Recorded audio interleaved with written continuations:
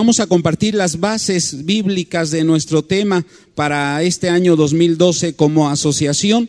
Es transformado para generar. Ese es el lema de nuestro trabajo para este año 2012. Se definió nuestro lema basado en Romanos 12:2.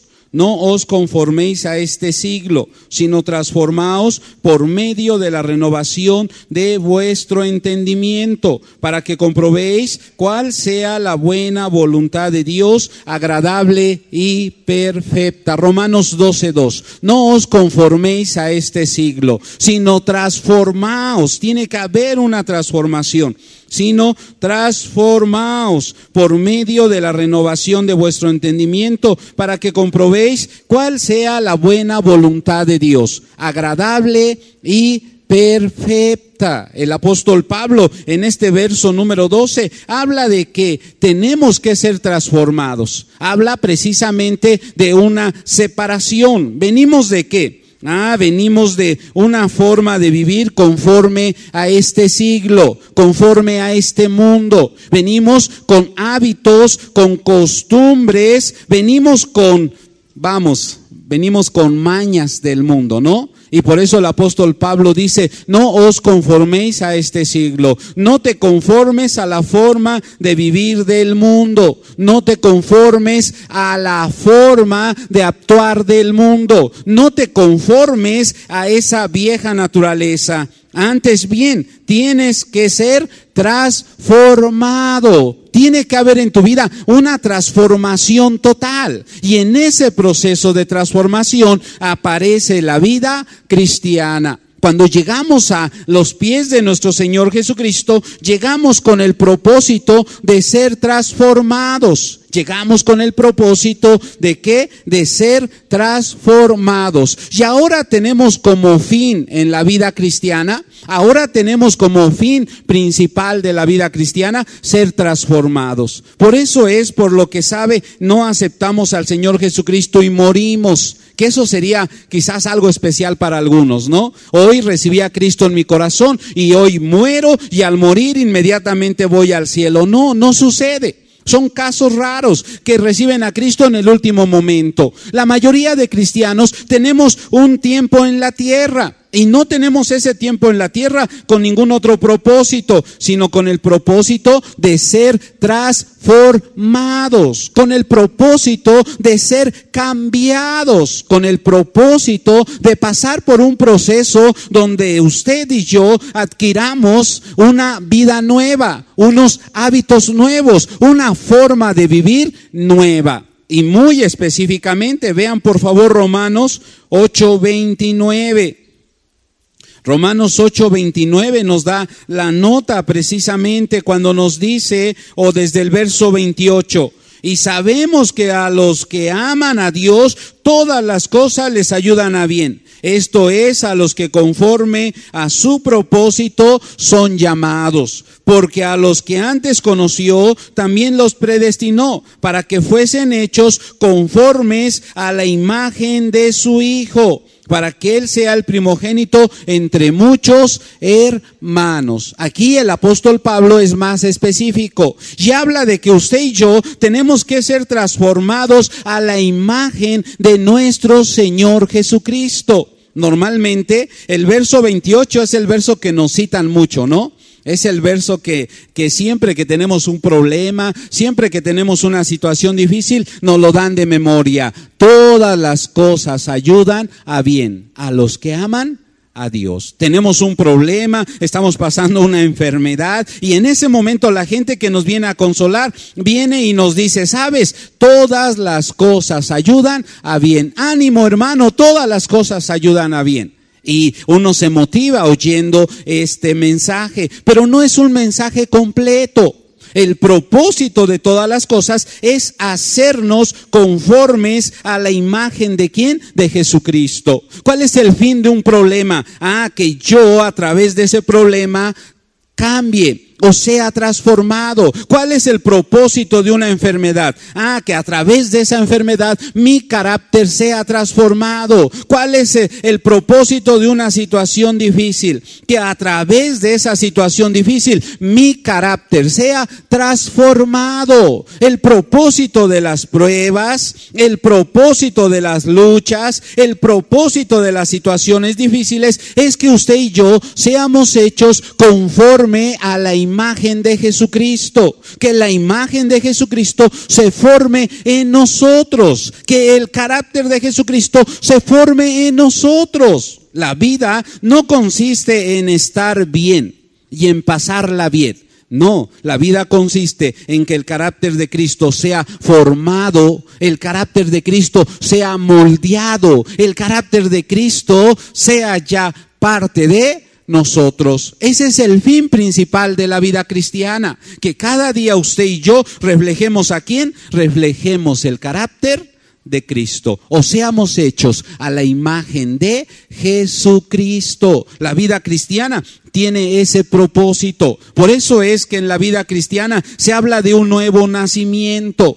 ¿Sí? Nacemos a la vida cristiana. Cuando aceptamos a Cristo, nacemos de nuevo. Y nuestro estado espiritual es el de un bebé. Por eso dice el apóstol Pedro, desead como niños recién nacidos la leche espiritual, no adulterada, para que por ella crezcáis. Y el crecimiento cristiano tiene como relación la imagen de Cristo. Vamos creciendo a la imagen de Cristo. Vamos creciendo a la forma de Cristo. Vamos creciendo ¿con qué? Con la manera de vivir de Cristo. De ahí entonces que la vida cristiana tiene ese propósito, nos enseñaría Efesios 4:13, hasta que todos lleguemos ¿a quién? A la unidad de la fe. Revíselo por favor, Efesios 4:13, hasta que todos lleguemos a la unidad de la fe y del conocimiento del Hijo de Dios,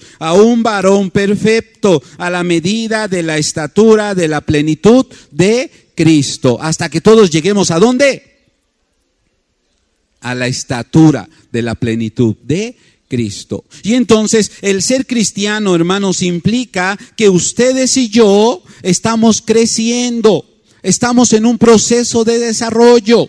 Y bueno, ese crecimiento ¿con qué tiene que ver? Con la imagen de Cristo en nosotros. Ese crecimiento tiene que ver con la imagen de Dios. ¿Por qué? Porque fuimos creados originalmente, hermanos, fuimos creados a la imagen de Dios. Ese es nuestro primer punto. El ser humano fue creado a la imagen de Dios. Génesis 1:26 y 27 nos presenta precisamente al consejo celestial, al Padre, al Hijo y al Espíritu Santo, planeando nuestra creación. Y dice Génesis 1:26, y dijo Dios, hagamos al hombre a nuestra imagen, conforme a nuestra semejanza. Y Génesis 1:27 dice que Dios creó al hombre a su imagen, conforme a su semejanza. Varón y hembra los creó. Dios nos creó a su imagen. Desde el momento mismo nacimos, ¿cómo?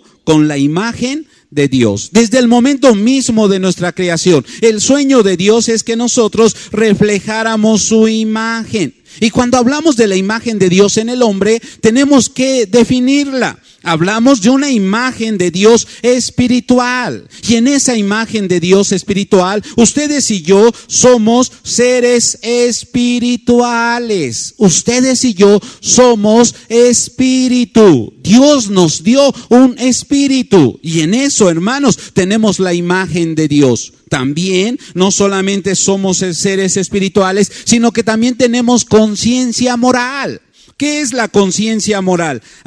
Es el discernimiento del bien y del mal. Como seres humanos fuimos creados seres espirituales, pero también fuimos creados seres morales, con la capacidad de discernir entre lo bueno y lo malo. Eso es en el área espiritual. El ser humano está compuesto como espíritu, alma y cuerpo. Y en el alma también tenemos la imagen de Dios. En el alma, ustedes y yo nos parecemos a Dios. ¿Por qué?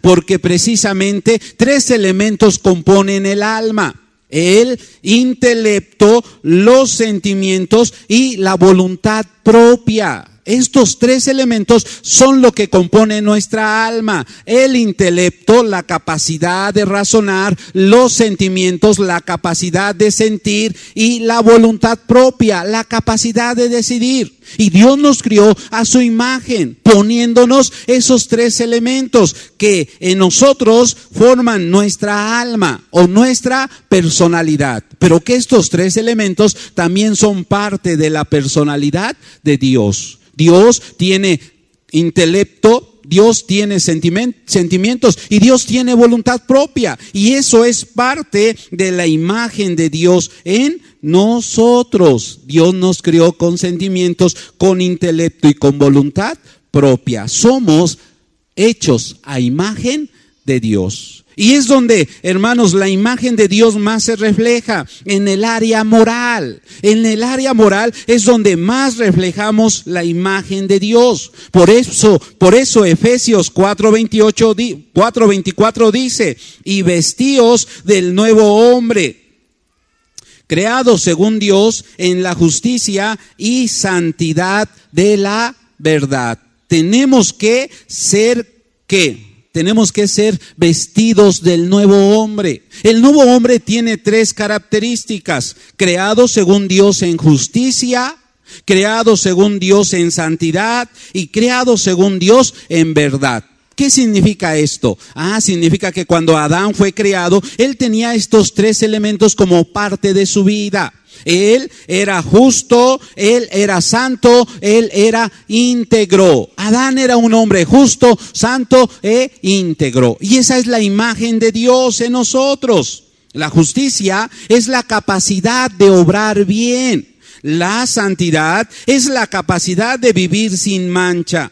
Y la verdad es la capacidad de vivir en integridad. Cuando Dios nos diseñó, cuando Dios pensó en nosotros, pensó, hermanos, en que nosotros fuésemos igual a Él, justos, santos y verdaderos, íntegros. Esa era la imagen de Dios en el ser humano. Eso es lo que significa ser hecho a la imagen de Dios. Eso es lo que significa que nosotros somos hechos a la imagen de Dios. El hombre fue creado con la imagen de Dios. Aún precisamente Santiago 3:9 nos dice que la imagen de Dios en el hombre es una verdad. Y por eso dice Santiago 3:9: con ella bendecimos al Dios y Padre, y con ella maldecimos a los hombres que están hechos a la semejanza de Dios. El apóstol Santiago dice que no podemos maldecir a los hombres, porque ellos son hechos a la semejanza ¿de quién?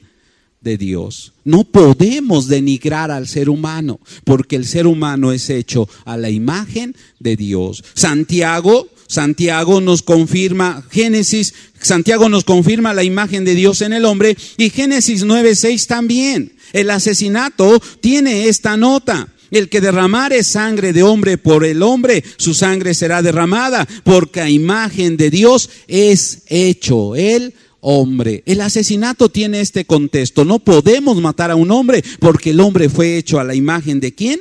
De Dios. Y es un valor muy importante. De hecho, el valor más importante que tenemos como seres humanos es ser hechos a la imagen de Dios. El valor más importante que tenemos como hombres, el valor más importante que tienen las mujeres, es que tenemos la imagen de Dios en nosotros, que fuimos creados a esa imagen, que fuimos creados a esa semejanza. Y ahora estamos en un proceso de restauración. ¿Saben por qué? Porque el pecado trastornó la imagen de Dios. Ese es nuestro punto número 2. El pecado apareció, y al aparecer el pecado, la imagen de Dios se trastornó, la imagen de Dios se perdió, la imagen de Dios, hermanos, fue distorsionada de una manera terrible. Génesis 2:17 nos da la nota del Señor al hablar con Adán y Eva y decirle: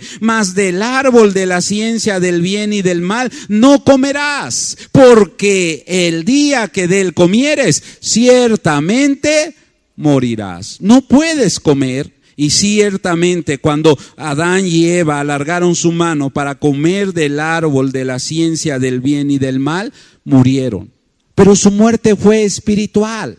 Hubo una separación de Dios. La palabra muerte significa separación. Es la palabra griega thanatos. Cuando una persona muere físicamente hay una separación. ¿Sí? La persona es separado de sus seres queridos, el alma, el espíritu y el cuerpo de la persona se separa, pero en la muerte espiritual hay una separación ¿de quién? De Dios. Y cuando el hombre desobedeció a Dios, nos enseña la Biblia que el hombre murió espiritualmente. Y Génesis 3:11 nos dice: y él respondió: oí tu voz en el huerto y tuve miedo, porque estaba desnudo y me escondí. Y Dios le dijo: ¿quién te enseñó que estabas desnudo? ¿Has comido del árbol que yo te mandé? No comieses. En ese momento la imagen de Dios se perdió. El hombre fue creado para vivir una vida justa, para vivir una vida santa, para vivir una vida íntegra. Cuando el hombre alarga su mano y come del árbol de la ciencia del bien y del mal, el hombre pierde esa capacidad. Y el hombre conoce la maldad, y el hombre conoce el pecado. Y es ahí, hermanos, donde Génesis 6:5 nos da una nota triste. Génesis 6:5 dice así: y vio Jehová que la maldad de los hombres era mucha en la tierra, y que todo designio de los pensamientos del corazón de ellos era de continuo solamente el mal. Una vez que entró el pecado en el hombre, hermanos, vive, come, duerme, pecado. ¿Sí? ¿Qué vive el hombre? Pecado. ¿Qué come el hombre? Pecado. ¿Qué duerme el hombre? Pecado. Todo su corazón está dirigido por la maldad.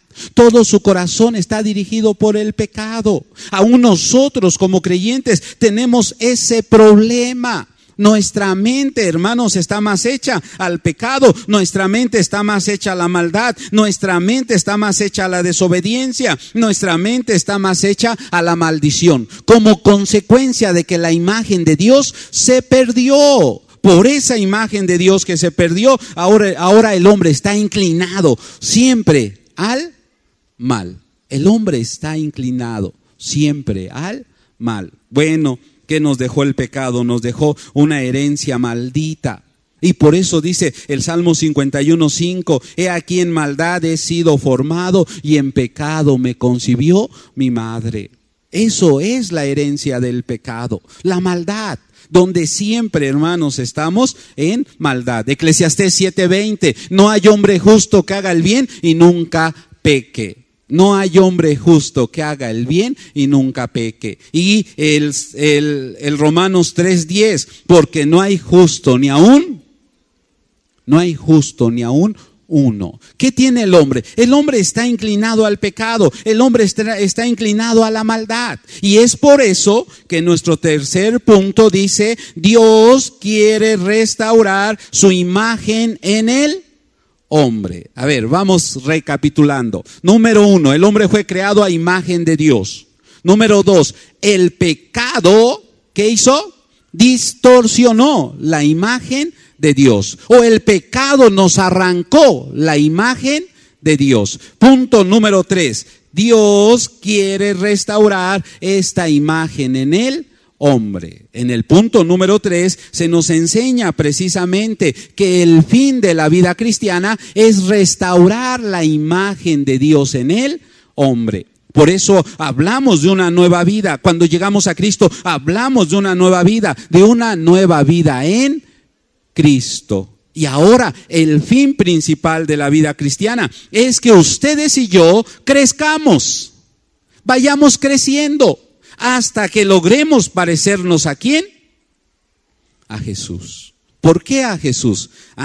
Porque, hermanos, Jesús es la imagen de Dios. Miren, Colosenses 1:15, Él es la imagen del Dios invisible, el primogénito de toda creación. ¿Quién es Jesús? Jesús es la imagen del Dios invisible. ¿Qué significa esto? Significa que en la forma de vivir de Jesús vemos la imagen de Dios. Eso nos enseña también Juan 1:14. Y aquel verbo fue hecho carne y habitó entre nosotros y vimos su gloria, gloria como del unigénito del Padre, lleno de gracia y de verdad. Vimos su gloria, gloria como del unigénito del Padre. ¿A quién se parece Jesús? Jesús se parece al Padre. Jesús, ¿qué imagen tenía? Jesús tenía la imagen de Dios. Y Jesús es nuestro modelo. Segunda de Corintios 4:4.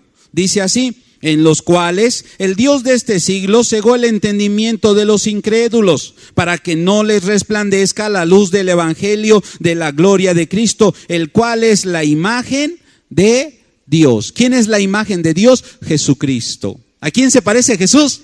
A Dios. Él es la imagen de Dios. Eso lo confirma Hebreos 1:3, el cual, siendo el resplandor de su gloria y la imagen misma de su sustancia, y quien sustenta todas las cosas con la palabra de su poder. Dice que Él es la imagen misma de su sustancia. ¿Quién es la imagen de la sustancia de Dios? Cristo. ¿Quién se parece a Dios? Cristo. ¿Y a quién nos tenemos que parecer nosotros? A Cristo. Mire, segunda de Corintios 3:18.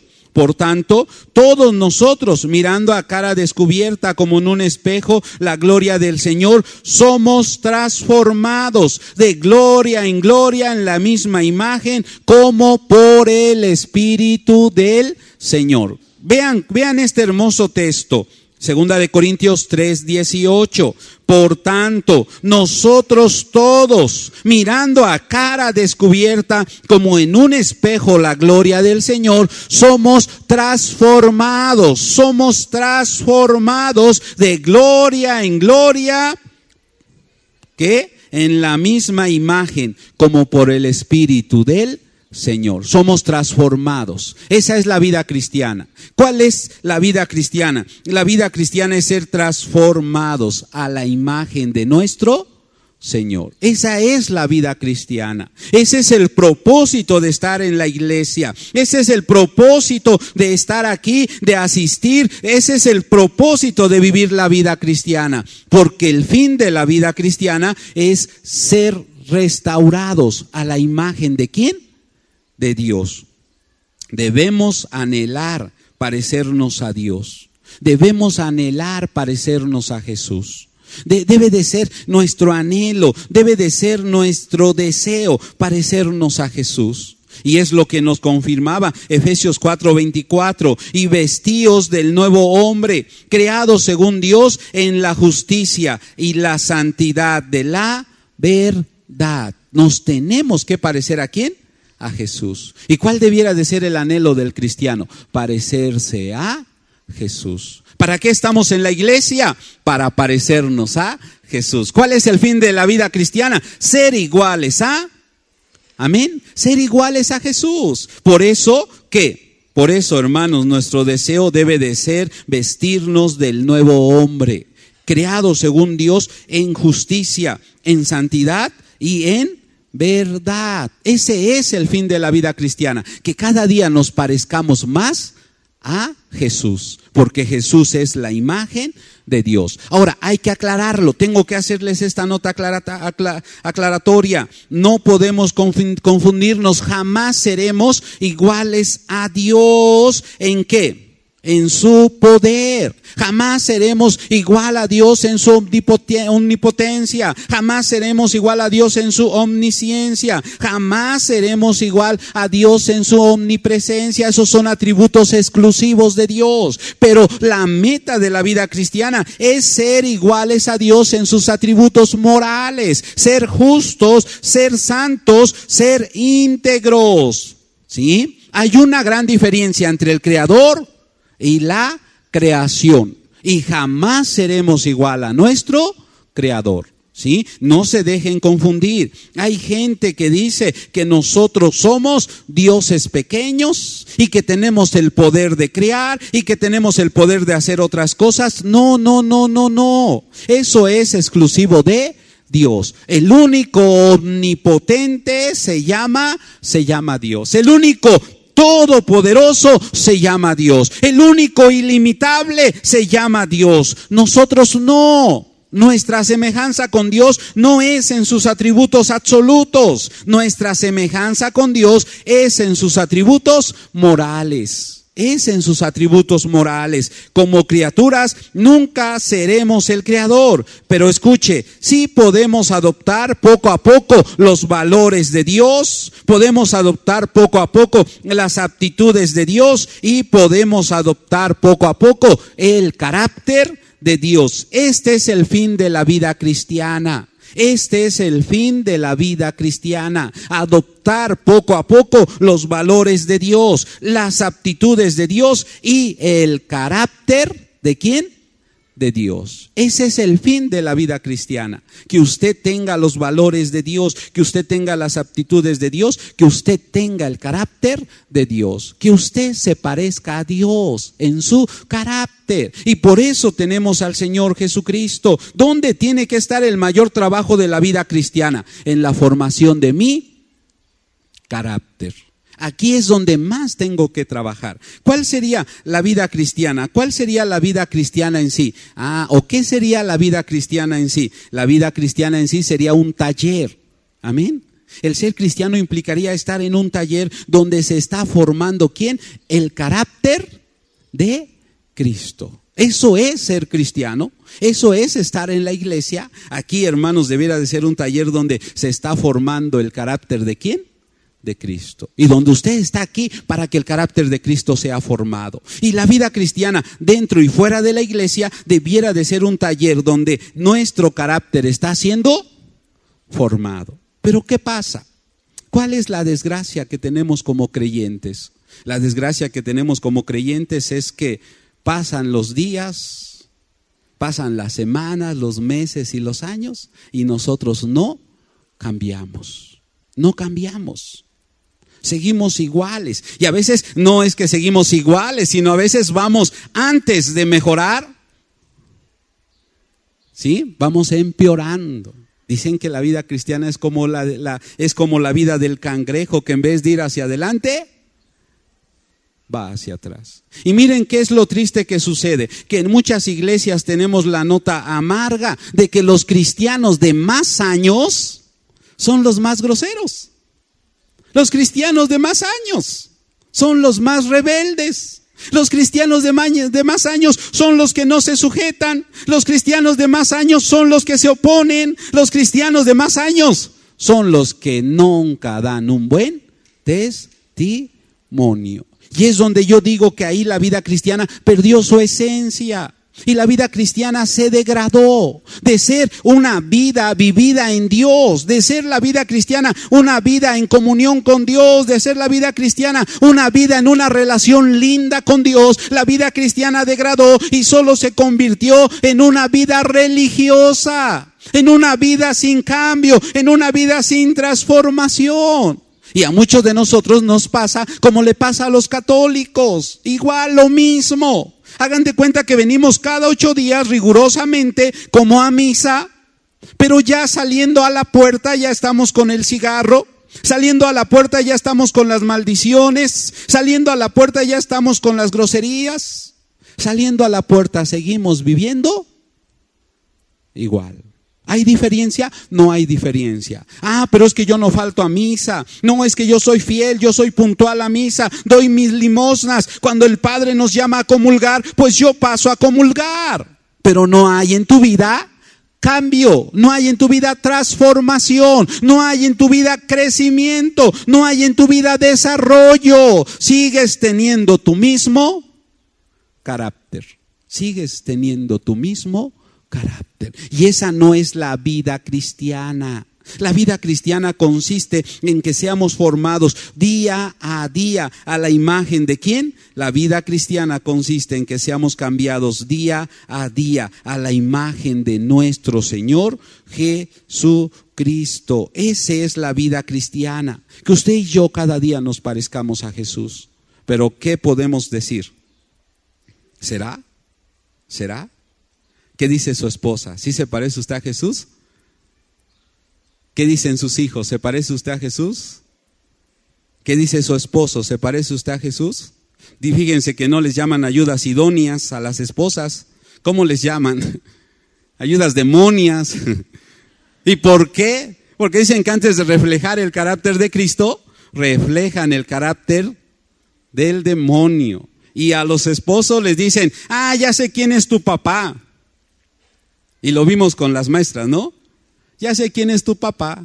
Tu papá es el diablo porque eres igual de mentiroso. Me prometes y me prometes y me prometes que vas a pintar, que vas a arreglar, que vas a cambiar el foco. Y nunca lo haces. Fíjese, ¿no? ¿Qué cosas, no? Ay, mi amor, si fueras cristiano, ¿qué? Tu sí sería sí. Pero me dejas plantada ya toda peinadita, bañadita, arregladita y me hablas por teléfono y me dices, mi amor, hoy no te puedo llevar a cenar. Tu papá no es Dios, tu papá es el diablo, porque estás reflejando el carácter ¿de quién? Del diablo. Vean por favor la situación. Y eso no debiera de ser característica nuestra. Nuestras características debieran de ser las características de Cristo. Nosotros debiéramos de estar reflejando día a día el carácter de Cristo. Estamos en la iglesia para aprender a ser como Cristo. Estamos en la iglesia para aprender a vivir como Cristo. Y estamos en esta vida para vivir como Cristo, ser como Cristo, hablar como Cristo, actuar como Cristo, pensar como Cristo. Estamos aquí para ser cristianos, estamos aquí para ser iguales a Cristo. Cuando nos llamaron cristianos por primera vez en el libro de Hechos en la iglesia de Antioquía, fue porque nos parecíamos a Cristo. Los discípulos actuaban como Cristo, hablaban como Cristo, vivían como Cristo. ¿Y la gente cómo les llamó? Cristianos. ¿Y hoy quién es cristiano? Cualquiera. Cualquier pelagatos es un cristiano. Cualquier atarantado se puede llamar cristiano. Y puede llamarse cristiano y robar, puede llamarse cristiano y maldecir, puede llamarse cristiano y mentir, puede llamarse cristiano y emborracharse, puede llamarse cristiano y tener 2 mujeres, puede llamarse cristiano y hacer lo que él quiera. Pero eso sí, ¿es cristiano? No. El ser cristiano implica tener el carácter de Cristo. El ser cristiano implica vivir igual a Cristo. El ser cristiano implica actuar igual a Cristo. El ser cristiano implica ser un Cristo pequeño, ni más ni menos. Y es donde a nosotros muchas veces nos queda grande el título cristianos.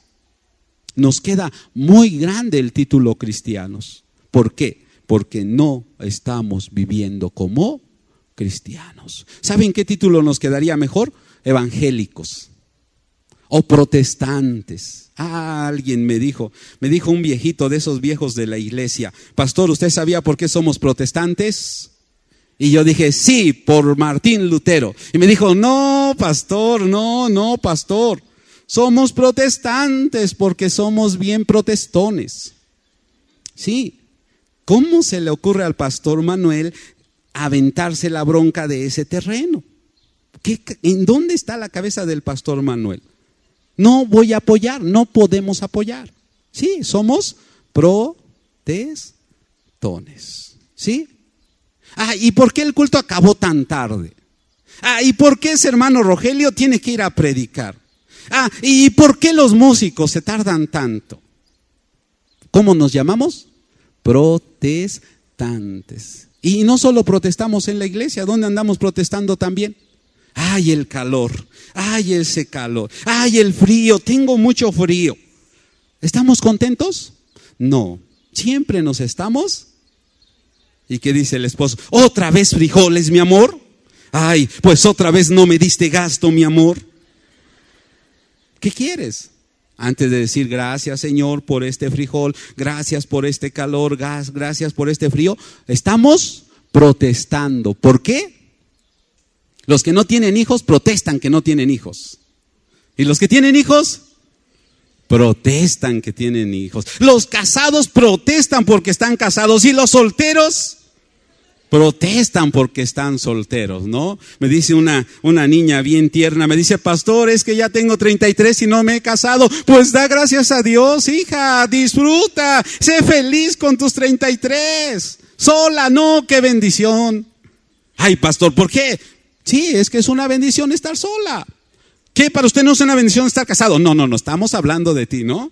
Es una bendición estar sola. Ya cuando me toca hablar del matrimonio, yo tendré que decir, para mí es una bendición estar casado, pero no para todos es una. Y ese es el problema, somos protestantes.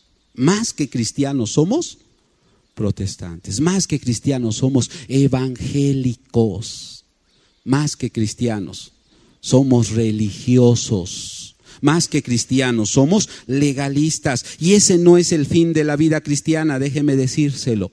El fin de la vida cristiana es que usted y yo cada día nos parezcamos ¿a quién? A Jesús. El fin de la vida cristiana es que usted cada día refleje a Jesús. Y tiene que reflexionar en esta mañana, ¿cuánto me parezco a Cristo? En escala, dice que ya hasta que lleguemos a la estatura, en escala de 0 a 100, ¿cuánto he crecido? ¿Cuánto me parezco a Cristo? ¿Cuál es la meta? La meta es que un día lleguemos al 100% y realmente nos parezcamos a Jesús. Pero quizás no. Quizás vayamos en el 10, en el 20, en el 30, en el 40. No importa en qué nivel estés, no importa. Lo importante es que estés creciendo y lo importante es que lo entiendas. Tu meta en la vida cristiana es ser igual a Cristo. No hay vuelta de hoja. Él nos predestinó para que fuésemos hechos conformes a la imagen de su Hijo. Y mi más grande tarea como cristiano es parecerme a Jesús. Entonces voy a encargarles de tarea que llegando a su casa platiquen entre ustedes y le diga al esposo, a la esposa, mi amor, ¿cuánto me parezco a Cristo? Ay, y el esposo está esperando una buena respuesta, ¿no? Y le diga a la esposa, sí, mi amor, estás creciendo, te pareces a Cristo. Pero qué feo que en algún momento la esposa le diga, no, qué Cristo ni qué Cristo. Te pareces a otro papá. ¿Quién? No, somos hijos de Dios. Y nuestro fin es tener la imagen de Dios en nosotros y nuestro fin es parecernos a Cristo. Mire, que si usted no se parece a Cristo en nada, tiene que reconsiderar su situación. A lo mejor se equivocó de lugar. La parroquia está más arriba y allá usted puede entrar y salir y seguir viviendo igual. Pero aquí no. Aquí o se llama cristiano y vive como Cristo, o ¿sabe qué les recomendamos? Que se cambie el nombre o se cambie el mote. Ya no les diga, no me llamen cristiano, porque no soy como Cristo. Pero qué vergüenza sería, hermanos. Mejor aceptemos el reto y digámosle al Señor en esta mañana, ¿sabes, Señor? Yo quiero ser como tú. Quiero parecerme a ti. Quiero que mi forma de hablar sea como la tuya, mi forma de actuar sea como la tuya, mi forma de ser sea como la tuya. Quiero ser igual a ti. Incline su rostro, por favor. Incline su rostro y reflexione un momento acerca del carácter de Cristo en usted. ¿Cuánto, hermano? ¿Cuánto, hermana? ¿Cuánto te pareces a Cristo? Reflexiona. Mira que la vida cristiana sin ese fin y sin ese propósito no tiene razón de ser. Y mira que la mejor bendición de la vida es ser cristianos. Por eso reflexiona en esta mañana y dile, Señor, yo quiero ser como tú. Perdóname porque quizás hasta ahora no he podido vivir como tú. Quizás hasta ahora no he podido ser como tú. Quizás hasta ahora no he podido actuar como tú. Pero usted con sus palabras dígale al Señor: pero Señor, quiero ser como tú, ayúdame. Y aún ofrézcase en esta mañana ante Él. Ofrézcase ante Él y dígale: Señor, ayúdame para cada día ser como tú. Padre, aquí está tu iglesia Vino Nuevo. Y oramos porque de una manera linda ellos puedan reflexionar, ellos puedan considerar la importancia de parecerse a ti, mi buen Jesús. Ellos puedan considerar no solamente la importancia, sino la necesidad de parecernos a ti. El mundo tiene que ver tu imagen en nosotros. El mundo tiene que ver tu carácter en nosotros, porque viéndote en nosotros, el mundo creería en ti. Pero oramos, Señor, porque nos ayudes a cada día a ser como tú. Nos ayudes a cada día parecernos a ti. Oramos porque tu presencia y tu bendición nos lleve cada día a ser igual a ti. Y gracias, Señor, en esta tarde por tu iglesia Vino Nuevo. En el nombre de Jesús. Amén.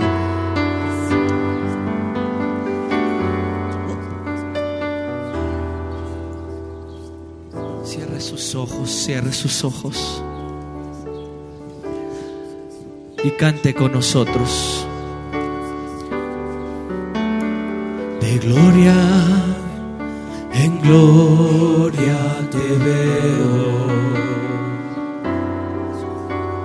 cuando más te conozco, quiero saber más de ti, mi Dios, cuán buen alfarero. Quebrántame, transfórmame, moldéame a tu imagen, Señor.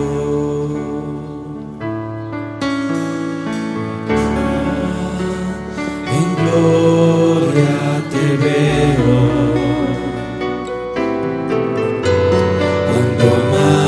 te conozco, quiero saber más de ti, mi Dios, cuán buen alfarero. Dile, mi hermano, dile: quebrántame, transfórmame, moldéame a tu imagen, Señor. Dile, por favor: quiero ser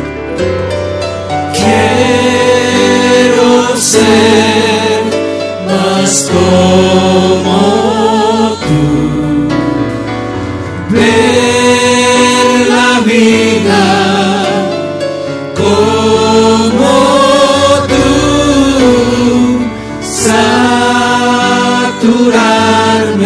de tu espíritu y reflejar al mundo tu amor. Quiero ser más como tú, ver la vida como tú, saturarme de tu espíritu y reflejar al mundo tu amor. Quiero pedirle que se ponga de pie.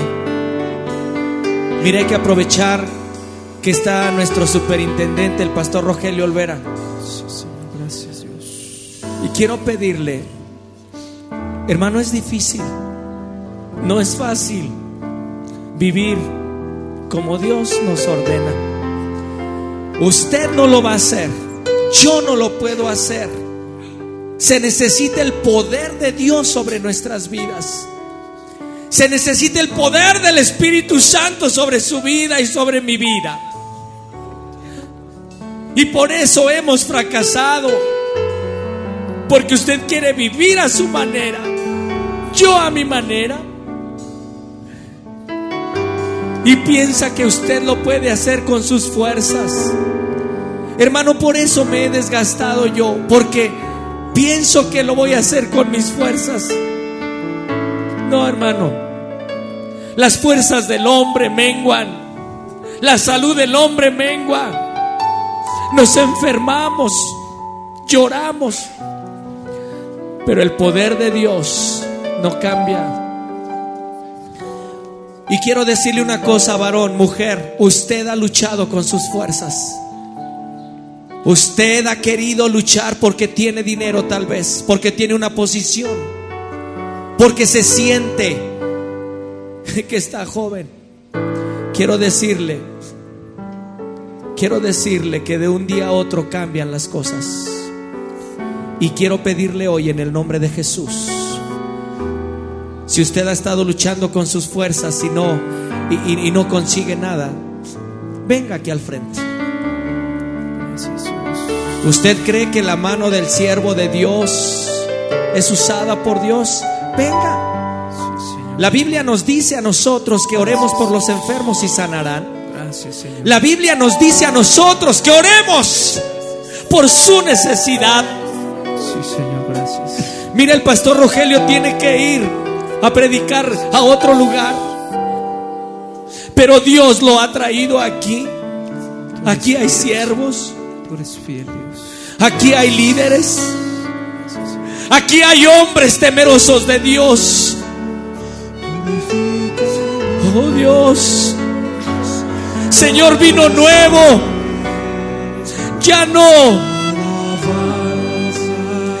Ya no caminará con sus fuerzas, sino con el poder de tu Espíritu, Padre. Señor, ayúdame. Ayúdame. A tu imagen y semejanza para ser como incienso. Hermano, dígale a Dios: Señor, ya no tengo fuerzas. He sido necio. He sido necio, Señor. Ahora mis fuerzas menguan. Ahora mi salud, Señor, se acaba. Necesito el poder de tu Espíritu. Te pedimos hoy, purifica. Cante conmigo: Señor, purifícanos. Señor, purifícanos para hacer alabanza y adoración. Alabanza y adoración delante de ti. Delante de ti. Transfórmanos a tu imagen y semejanza. Transfórmanos a tu imagen y semejanza para ser como incienso agradable. Como incienso agradable delante de ti. Cante conmigo y dígale: tu majestad quiero exaltar.